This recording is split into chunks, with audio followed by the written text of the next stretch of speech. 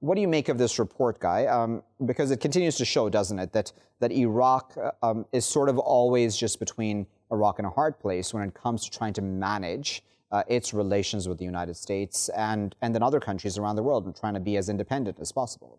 Yeah, I mean, thank you again for having me on the show. And certainly, as you were just making the point about, the Americans are sort of have at least made expressions that they are concerned about Iraq purchasing weapons, arms sales from other countries like China, Ukraine, and Russia. Certainly, that was something that the Iraqis were talking about back in January, and that was, of course, in the aftermath of the Soleimani killing, which happened when the Americans attacked the Iranian general there on Iraqi soil. So I guess one of the things to sort of look at this is that, you know, in the context of the wider Middle East, we're currently in a state where there is the region is in a bit of a flux. Iraq itself, at least at sort of the national level, is sort of, faces challenges. The fact that both the Americans and the Iranians have influence, and so it's become almost in a sense a battleground. Not physically, but both the Americans and the Iranians are competing for influence in Iraq, and so you may see this as a way, at least on the Iraqi side,